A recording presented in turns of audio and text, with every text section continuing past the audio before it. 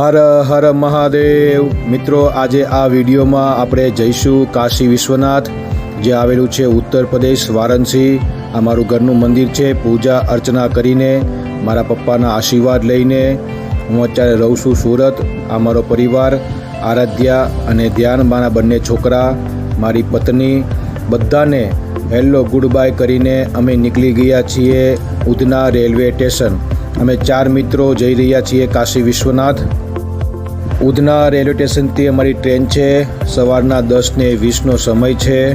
અમે અત્યારે રેલવે સ્ટેશનમાં પ્લેટફોર્મ નંબર 6 પર જઈ રહ્યા છીએ. અમે 4 મિત્રો કાશી વિશ્વનાથની યાત્રા કરવા જઈ રહ્યા છીએ. અને ટ્રેનમાં અમે જે બપોરનું જમવાનું અને રાતનું જમવાનું સાથે રાખીને અમે ટ્રેનમાં સફર કરી રહ્યા છીએ.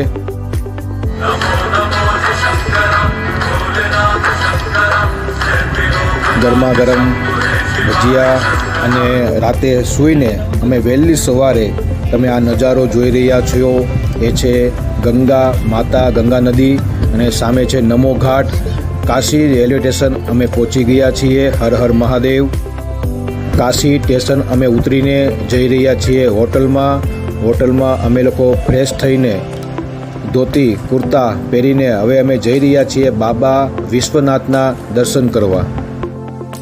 અત્યારે સમય થયો છે બપોરના 2:15 અને અમે લોકો બાબાના દર્શન કરવા માટે જઈ રહ્યા છીએ.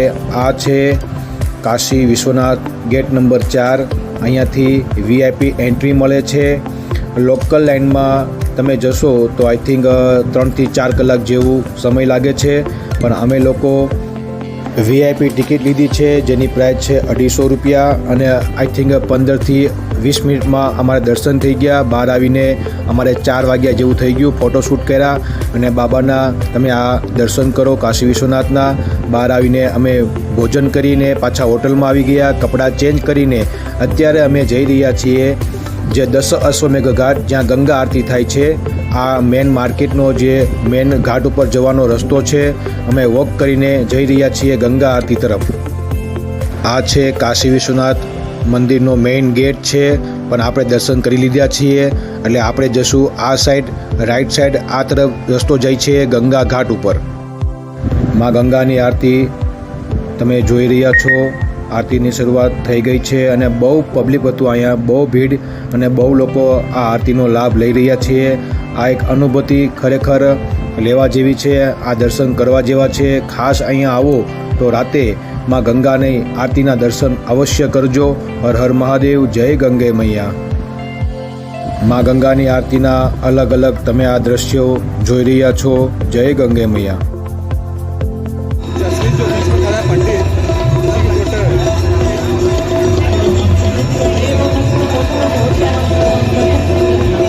માં ગંગાની આરતી દરમિયાન તમે આ નજારો જુઓ. યોગ બાબા આખી આરતી દરમિયાન ગંગામાં યોગ કરીને માતાના દર્શન કરી રહ્યા છીએ. અમે પણ જાતે માં ગંગાની આરતીના દર્શનનો લાભ લીધો અને આ સુંદર પવિત્ર સનાતન ધર્મમાં ગંગા આરતી એ જોવી એ આપણા સૌભાગ્યની વાત છે. હર હર ગંગે. જય ગંગે. માં ગંગાની આરતીનો લાભ લઈને અમે આઈ થિંક 7:45 વાગ્યા સુધીમાં ત્યાંથી બહાર નીકળીને હવે અમે જઈ રહ્યા છીએ એક શક્તિપીઠ, જે આપણે 51 શક્તિપીઠ કહેવાય એમાં આ છે વિશાલાક્ષી માતાજીનું મંદિર. તમે દર્શન કરો. જે આપણે 51 શક્તિપીઠ કહેવાય એમાંથી એક આ શક્તિપીઠ છે. શ્રી વિશાલાક્ષી માતાનું આ મંદિરના અમે દર્શન કર્યા. આ મંદિરનો તમે નજારો જુઓ અને આ માતાનું અમે દર્શન કરીને હવે અમે જઈ રહ્યા છીએ માતા અન્નપૂર્ણા. આ માતાનું મંદિર છે. આ છે અન્નપૂર્ણા મઠ મંદિર, જે માતા અન્નપૂર્ણા માતાનું મંદિર કહેવાય એ આ મંદિર છે. દર્શન કરો. અન્નપૂર્ણા માતા, જે પાર્વતીમાં અન્નપૂર્ણાનું સાક્ષાત સ્વરૂપ શિવજી એમના હાથે ભિક્ષા ગ્રહણ કરે છે. આ મંદિર બહુ સુંદર છે. અંદર વિડીયો અમે આ થોડોક લઈ રહ્યા છીએ. તમે લોકો દર્શન કરો. જય અન્નપૂર્ણા માતા. જય મા પાર્વતી. જય મહાદેવ. હર હર મહાદેવ. દર્શન કરીને અમે પાછા હોટલમાં આવી ગયા અને રાતે સૂઈ ગયા અને વહેલી સવારે અમે 8 વાગે હવે જઈ રહ્યા છીએ બીજા દિવસે કાલ ભૈરવ બાબાના દર્શન કરવા, જે કાશી કે કોતવાલ કહેવાય છે. જે કાળભૈરવ બાબાના દર્શન કરો તો જ કાશીના તમે દર્શન કર્યા એવું કહેવાય છે. એટલે કાશીમાં આવો તો કાળભૈરવ બાબાના દર્શન અવશ્ય કરજો. હર હર મહાદેવ. અહીંયા આવી રીતે ચૂલો પંખા રાખીને ચૂલો પકટાવીને ચા કરે છે. તમે આ ચાનો નજારો તમે જોઈ રહ્યા છો. બહુ સુંદર. કાશીમાં અમે આ ચા પીધી અને હવે કાળભૈરવ બાબાના આ મંદિર છે. થોડીક ભીડ હતી પણ અડધી કલાકમાં અમે દર્શન કરી લીધા અને હવે અમે જઈ રહ્યા છીએ ગંગા ઘાટ ઉપર. મણિકર્ણિકા ઘાટ પહેલાં અમે થોડોક નાસ્તો કરીશું. જલેબી કચોરી અહીંયા ફેમસ છે.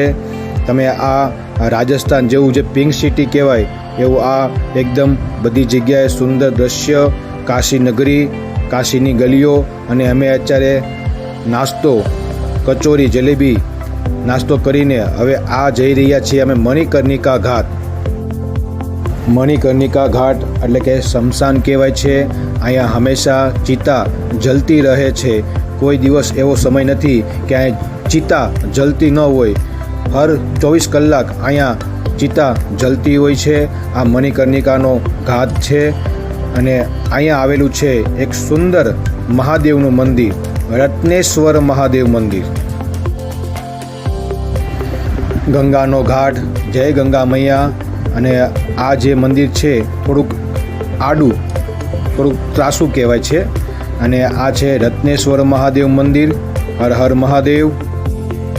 મહાદેવના દર્શન કરીને આપણે બોટ એટલે કે હોડીની મજા લઈને 84 જે ઘાટ કહેવાય છે એના પણ આપણે દર્શન કરીશું. જય રત્નેશ્વર મહાદેવ. મહાદેવના દર્શન કરો.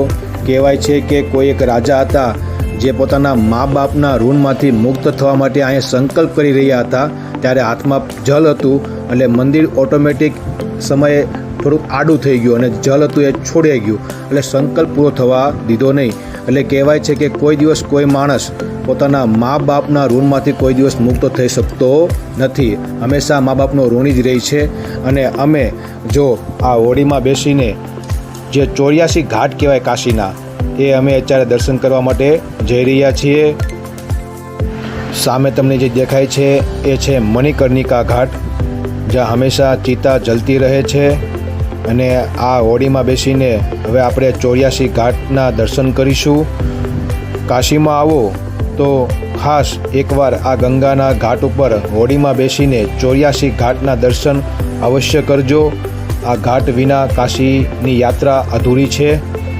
કાળભૈરવ બાબાના સવારે દર્શન કર્યા અને રત્નેશ્વર મહાદેવના આ ઘાટ ઉપર દર્શન કરીને આ ગંગાના પવિત્ર સ્થાનમાં તમે આ બધા ઘાટના દર્શન કરો. હર હર મહાદેવ. ગંગે ચ યમુને ચેવ ગોદાવરી સરસ્વતી નર્મદે સિંધુ કાવેરી જલેસ્મજ્જે સંધિ કરો. આ બધી નદીઓના મંત્રથી આપણે પવિત્ર થઈએ છીએ. મા ગંગાના આ ઘાટ ઉપર અમે બધા દર્શન કરી રહ્યા છીએ, બધા ઘાટના. હર હર ગંગે. અને અમે જે 4 મિત્રો છીએ આ 4 મિત્રો મારા હર હર મહાદેવ, હર હર મહાદેવ. અને ખૂબ સુંદર અત્યારે અમને મજા આવી રહી છે. આ એક સફરની યાત્રા. તડકો બિલકુલ નથી, થોડુંક વરસાદ જેવું વાદળ જેવું વાતાવરણ છે. સામે તમે જોઈ રહ્યા છો બધા ઘાટ, બરાબર. સામે તમે જે જોઈ રહ્યા છો એ છે મણિકર્ણિકા ઘાટ. ત્યાંથી જ આપણે રવાના થયા હતા. આ પરિવાર પાછો તમને દર્શન કરાવું છું. હર હર ગંગે. आया तेरे घाट पर तेरे रंग रंगारे, मैं तो जैसे मिट गया हो गया मैं गंगारे. मैल तन को तुम्हारी जल कोई भी धोवे, तुझ में नहा के होवे मैला मन चंगारे. तन गंगा रंगा, तन गंगा रंगा, जीवन गंगा रंगा. हर गंगे हर गंगे. मैं जहाँ रहूं मैं कहीं भी हूँ, तेरी याद साथ है. किसी से कहूँ कि नहीं कहूँ, નમો ઘાટ પર અમે ઉતર્યા અને આ તમે જોઈ રહ્યા છો જે નવો ઘાટ બનાવ્યો છે નમો ઘાટના આ તમે દર્શન કરો.